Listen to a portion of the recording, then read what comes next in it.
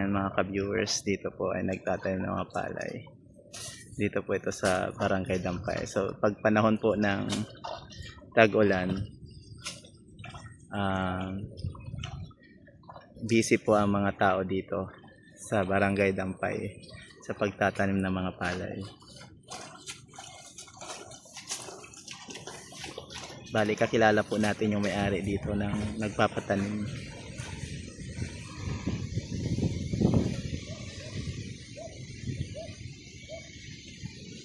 Masarap po magtanim kapag umuulan eh.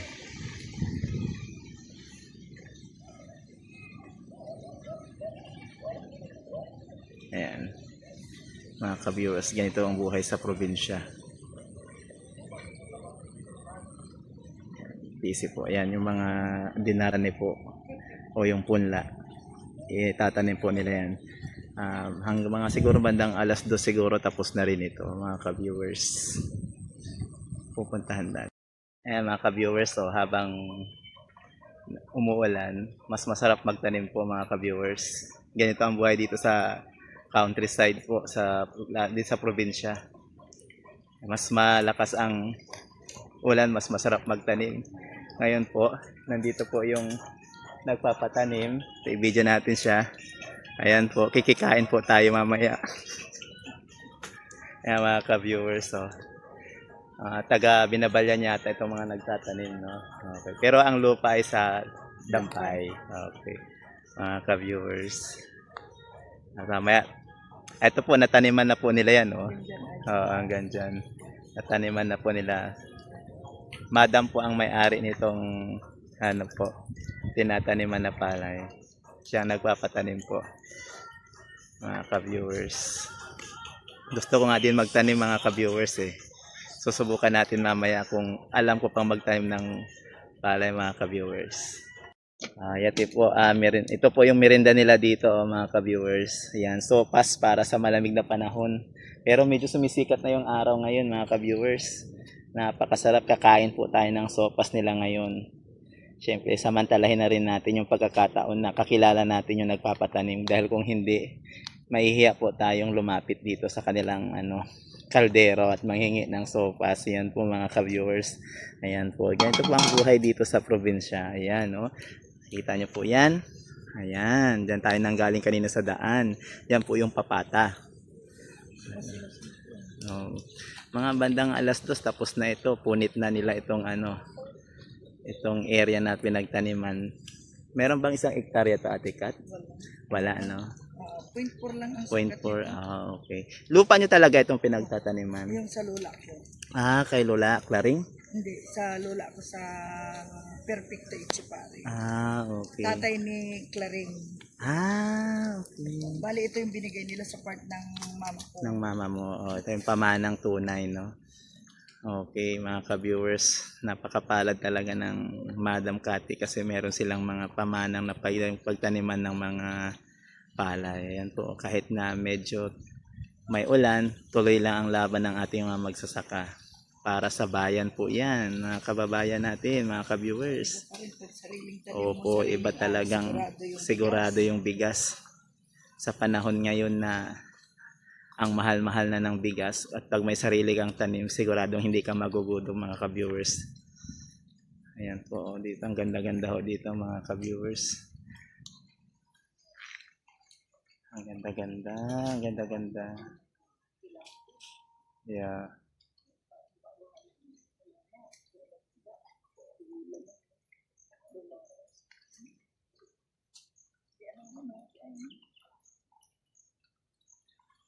Mga ka-viewers, ang ganda-ganda dito mga ka-viewers. Gusto kong tumira dito mga ka-viewers. Tahimik, payapa ang buhay dito sa lugar na ito, dito sa Barangay Dampay, syempre sa Candelaria. Malapit sa dagat, mayroon kang mapagtataniman ng palay. Pwedeng lakarin yung dagat mga ka-viewers, dyan lang yan.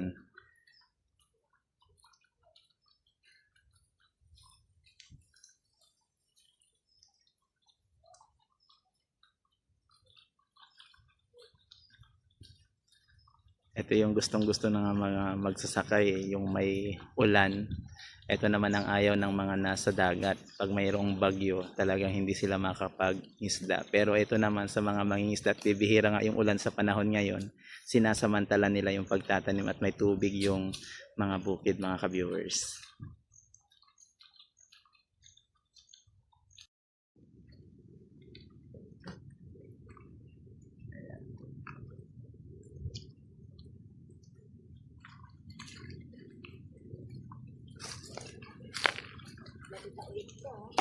Okay.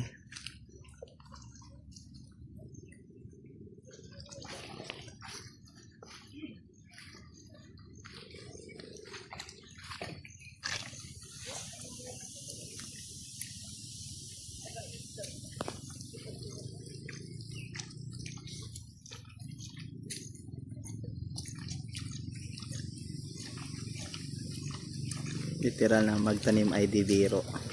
Maghapong na kayo po. Ayan po. So yan po yung ating mga nagtatanim ng palay.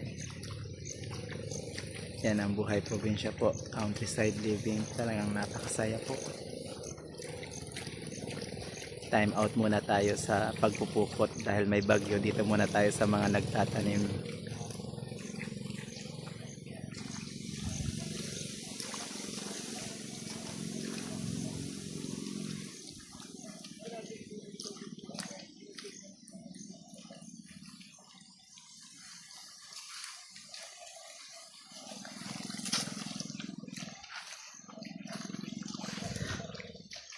Marunong din pa ako magtanim ng ganyan mga ka-viewers.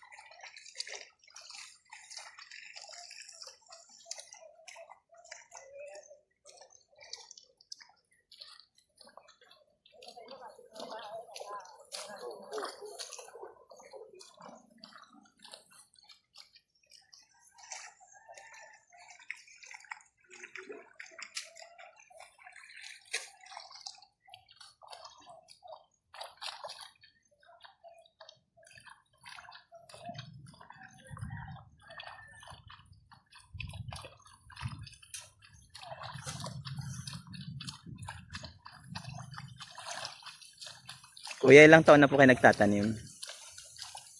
Kuya, ilang taon na po kayo nagtatanim? Tagal na po. Matagal na, meron ng 10 taon. Hindi lang. Talagang, ang bilis nyo na po kasi magtusok ng dinaran eh. Parang ano na po, parang expert na po talaga.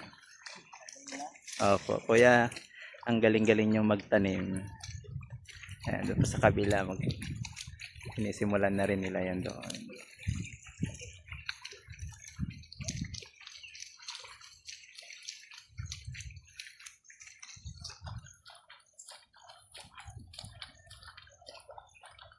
Lahat kayo taga Binabalyan, kuya?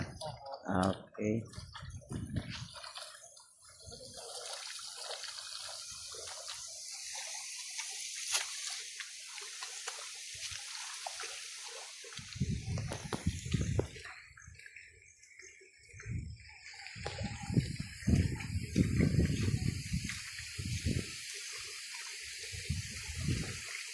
Dito sa kabila, tapos na po sila. Ayan.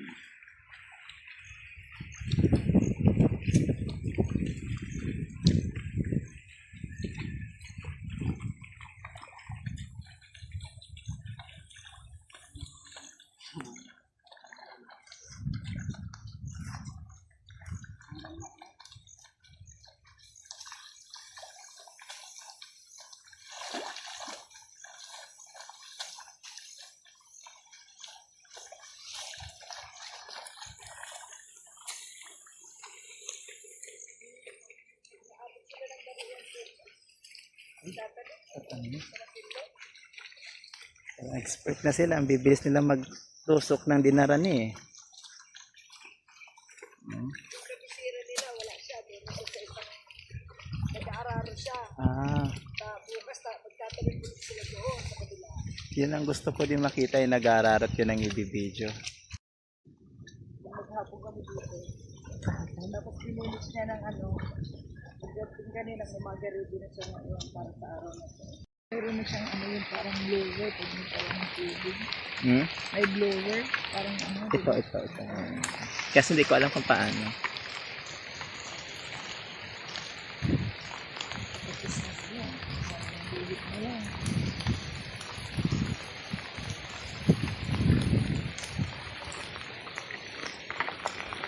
Iba ang lakas ng lalaki sa babae. Wala ng mga babae.